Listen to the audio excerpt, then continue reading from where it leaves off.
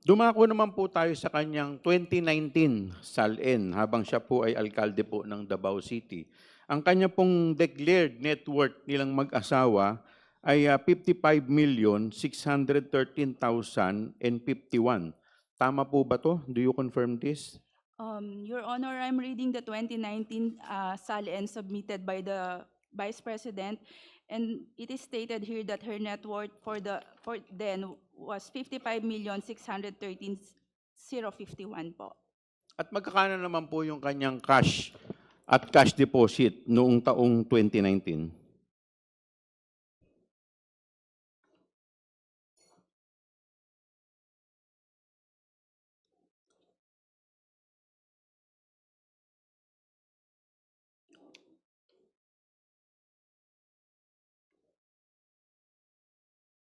Your Honor, based po dito sa submission niyo ng 2019 SALN, wala po nakadeclare na cash on hand Wala or po, bank. walang cash or cash deposit na dineklara?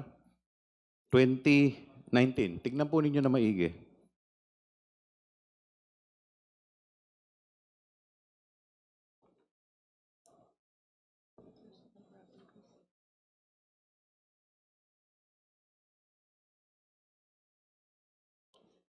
Your Honor, after checking it again, wala po nakalagay na Alright. cash on hand Wala pong cash or on hand. bank. Dumako po tayo sa kanyang 2020 na SALN habang siya po ay alkalde ng Davao. Meron po siyang dineclare na net worth nilang mag-asawa, 56,583,735.01. Kinokonfirma po ba ninyo to? Your Honor, again, reading from the submitted 2020 SALN of the Vice President, ang declared net worth po niyan at the time was 56,583,735.1. At magkakano naman po yung kanyang cash at cash deposit noong taong 2020?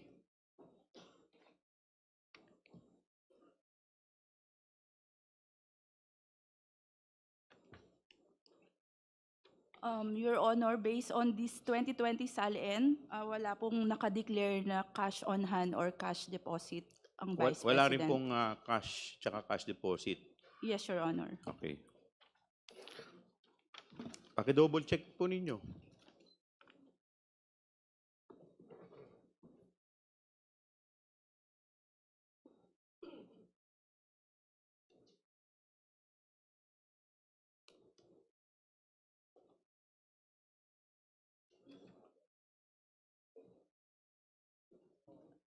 Your Honor, after checking it, we can confirm na wala pong nakalagay na cash on hand or deposit na declared sa 2020 SALN of the Vice President. Okay, thank you po. Punta po tayo sa kanyang 2021 na SALN habang siya po ay alkalde ng Davao. Ang kanya pong declared net worth nilang mag-asawa po dito ay 65,308,841. Tama po ba? Kinukumpirma po ba ninyo to?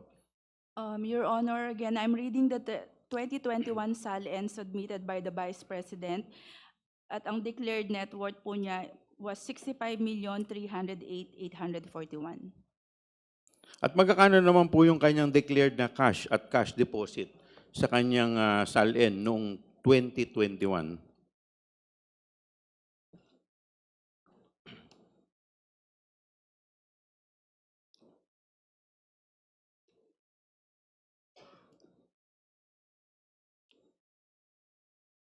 Your Honor, based on the 2021 submitted SALN of the Vice President, wala pong declared cash on hand or bank deposits. So 3 taon na po na wala siyang declared, 19, 20, 21. Tama po ba? Based on the submitted SALN, Your Honor. Okay, thank you. Dumako naman po tayo sa kanyang 2022 na SALN habang siya po ay Vice President. Ang kanya pong declared net worth nilang mag-asawa ay 71,058,841. Tama po ba? Do you confirm this? Your Honor, again, I'm reading the 2022 SALN submitted by the Vice President at ang kanyang declared net worth for that year was 58,841. At magkakano po yung kanyang declared na cash at cash deposit noong taong 2022?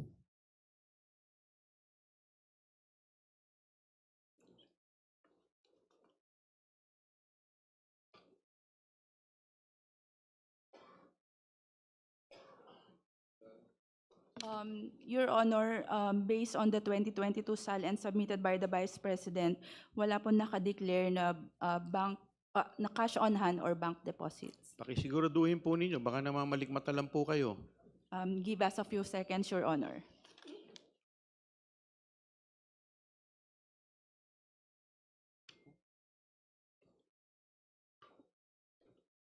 Na ba to?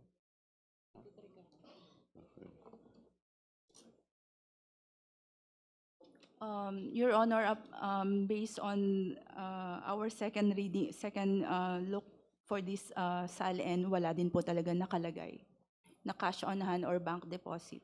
Okay, so pupunta po tayo sa 2023. Dito po, meron pong sa kanyang SALN, meron po siyang declared net worth nilang mag-asawa, no? 77,508,841. Do you confirm this? Your Honor, based on the submitted 2023 SALN of the Vice President, ang nakalagay po na net worth niya for that year was 77,508,841. At magkakano naman po yung kanyang declared na cash at cash deposit noong taong 2023?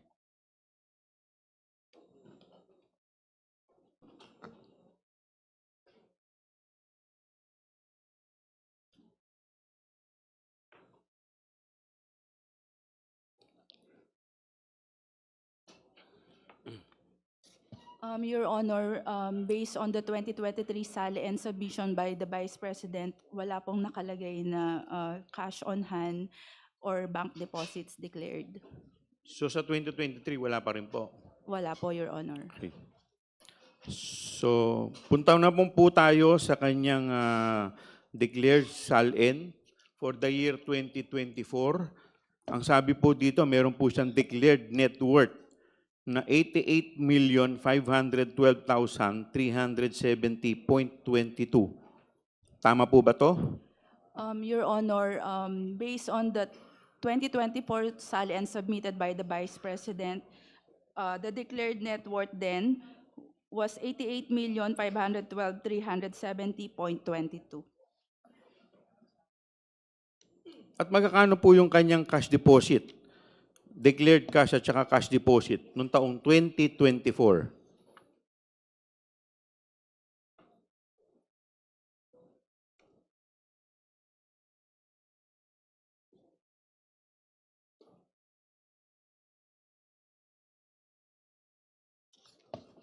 Your Honor, reading from the 2024 SALN of the Vice President, wala pong nakadeclared na cash on hand or bank deposit for that year. Wala pa rin po. Yes, Your Honor. So sa madaling salita, yung kanya pong cash na dineclare was only from 2007 up to 2018. Tama po ba? Based on our received copies of the SALN, Your Honor, yun po yung lumalabas na years na meron po siyang declared cash on hand and bank deposits. At noong 2019 at 2024, kahit na 5 po, wala po siyang dineklara na cash at saka cash on hand. Tama po ba? Based on the submitted SALN, Your Honor, wala pong nakalagay na cash on hand or bank deposits. Kahit 5 po? Wala pong nakalagay, Your Honor. Edi wow. Thank you po, Madam Chair.